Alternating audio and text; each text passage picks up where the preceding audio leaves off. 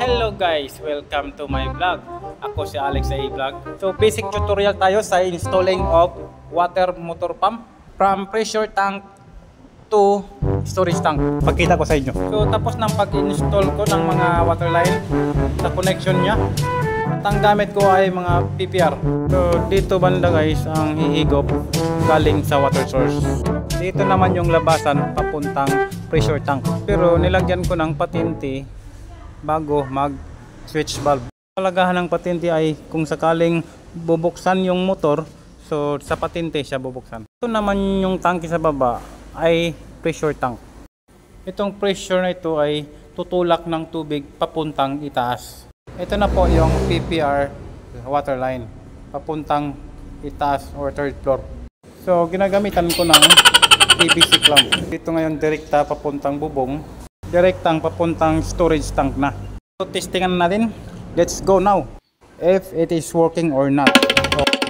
So galing sa kwan guys, galing sa motor, ito na nga contactor. So dito yung sa motor, ito dito sa gitna. So para matistingan ni boss kung gagana ba o hindi, so nilagyan ko na lang siya ng wire. So itong papuntang breaker, so nilagyan ko lang ng temporary para matistingan lang siya. So ito guys, yung may maliit nga may spring dito at saka malaki. So ito guys, i-adjust mo ito.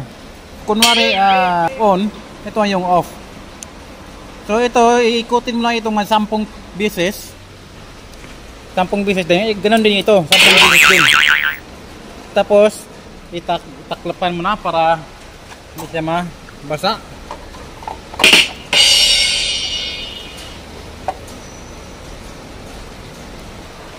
Ito na guys. So yung gauge nya, siguro nga 5 minutes yung andar. Pag simulan siya umandar, aangat ito. Magpo-consume na siya ng pressure dito sa tangke. So hanggang umangat yung gauge papuntang 40. Pwede kung 30 okay na. Kung 20 PSI, ang pinaka-standard niya is 40 PSI. So tingnan natin. Testingan ko na to guys kasi nandito na yung pano. So nilagyan ko na, gitap ko na dito yung power source. So testing na. Okay, umandar na siya. Hihigop siya ngayon papunta galing ng water source. Dito sa water source kailangan may gate valve. Hihigop na yung motor ngayon. Higopin ngayon ang tubig sa motor, dumaan dito sa patente. Tapos ititapon naman ang tubig dito papalabas papuntang pressure tank. Ito ang kalagahan nito ay kung sakaling mag-trouble yung switch valve, sa patente siya buksan. Ang kalagahan dito sa switch valve ay anti-pressure ito. So ibig sabihin one way lang po ito. So pag nakapasok dito ang pressure, hindi na siya makabalik. Kasi ay nagsiswing yung valve niya sa loob. Ito'y swing type switch valve. Direct to the pressure tank. So ito na ngayon ang pressure tank. So kumakarga dito yung pressure kasamang tubig. So siya ang responsible sa pagtulak ng tubig papuntang itaas ng bahagi. Dahil may kasikipan ang lugar, so nilagyan ko ng elbow, then ball valve, then bago ang union patente. Po yung water line tumutulak ng tubig pressure papuntang third floor.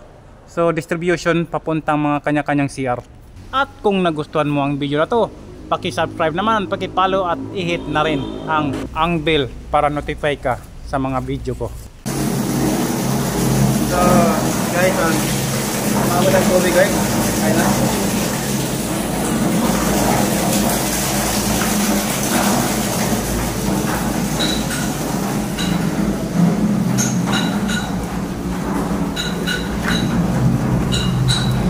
So off ko muna to guys para yung hindi mo na siya